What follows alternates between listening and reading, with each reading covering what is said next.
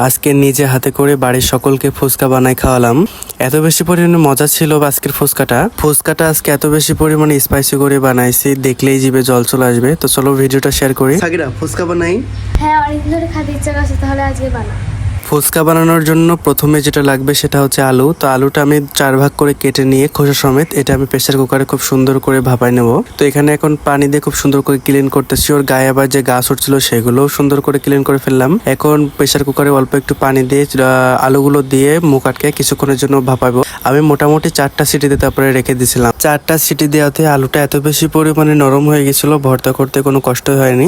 So hello everyone, it's me Mishan. কি অবস্থা সকলে, কেমন আছেন সবাই? আমি প্রেসার কুকারে আলুগুলো খুব সুন্দর করে ভাপাই নিয়েছি, দেখতে পাচ্ছেন।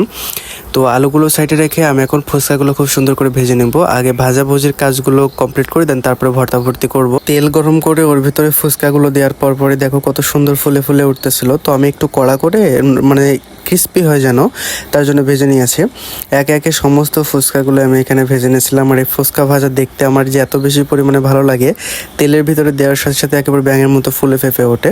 তো গাইস, মোটামুটি আমার কিন্তু ফুচকাগুলো ভাজা কমপ্লিট হয়ে গেছে। এখন সেম তেলে অনেকগুলো শুকনো মরিচ ভেজে নেব, মানে অনেক বেশি স্পাইসি করবো আজকে সম্পূর্ণ আইটেমগুলা। এবার চলে আসলাম আমি টক বানাইতে। লবণ আর শুকনো মরিচ, লেবুর রস দিয়ে খুব সুন্দর করে ডলে নিয়ে ওর ভিতরে তেঁতুল দিয়ে অনেকগুলো পানি দিয়ে আমি সুন্দর করে ভেজে রাখবো। আজকের টকটা আমি একেবারে সিম্পল এবং অনেক বেশি পাতলা করে রাখবো, বেশি ঘন করবো না, ঘন করলে টকের কারণে খাওয়া যায় না। তেঁতুলের টকটা আমি সিম্পলের ভিতরে শেষ করে চলে আসলাম আলু ভর্তা করার জন্য। তো এখানে আমি 4-5টা শুকনো মরিচ লবণের সাথে খুব সুন্দর করে ডলে নিয়ে এখন আমি আলু ভর্তাটা কমপ্লিট করলাম। দেন কাঁচা মরিচ, এটা হচ্ছে আমাদের গাছের কাঁচা মরিচ, মাত্র এই রাত্রিবেলায় ছাদ থেকে তুলে আনা হয়েছে।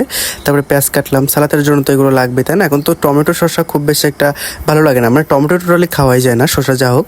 আমার ভাগেরগুলো আমি মাটির থালায় সার্ভ করতেছি।